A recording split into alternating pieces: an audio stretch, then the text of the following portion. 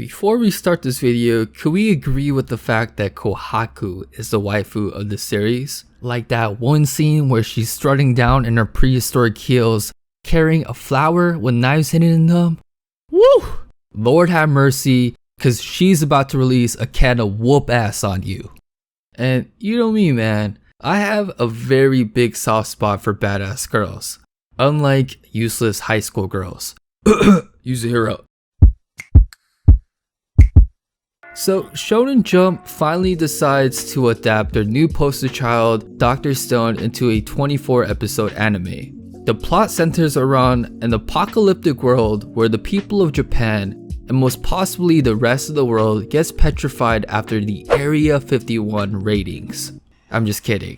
But because of either an alien race invading Earth or a chemical disaster, humankind has been turned into stone for 3,700 years.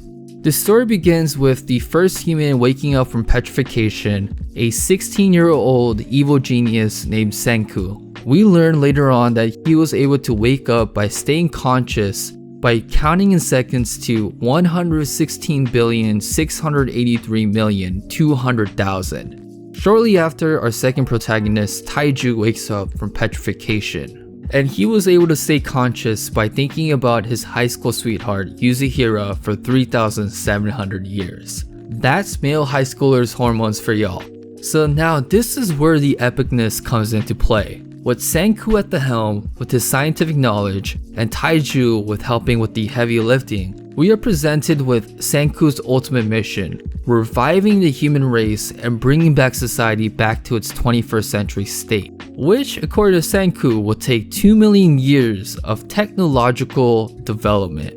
So the reason why this series is so epic to me is that in this open, vast world, we see Senku improvise with the resources he has and using that to create monumental tools in human history, like fire and stone spears. You as the audience are wondering how with the same environment Adam and Eve was in, Senku will be able to recreate those high-rise buildings you see in Japan today. The real reason why I love this series so much is simply because of how ridiculous this series is. A good portion of the series is rooted in practical science. For example, when Senku talks about calcium carbonate, he goes into saying how this chemical could be acquired from pulverizing seashells. Then he goes on to saying how it can be used in 4 practical ways, such as fertilizer, construction, soap, and gunpowder. And right before you get bored from the science lesson, some naked guy out of nowhere pops out and dead ass sucker punches a charging lion to death. What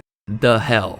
So this is a general trend. Senku breaking down some complex science understanding to the dumb as rocks Taiju, and right before the audience finishes the statement, "Cool story bro," Taiju goes off lifting a huge ass rock as heavy as your Toyota Camry. I believe the series is a master at its timing. It is a good dynamic between Bill Nye the Science Guy and the typical ridiculousness you see in shonen series. And bro, don't even get me started with the main antagonist, Tsukasa. He is the complete antithesis of Senku. Instead of wanting to save all of humankind, he just wants to save the young people. He believes that from the past, it was the grown-ups that corrupted the world.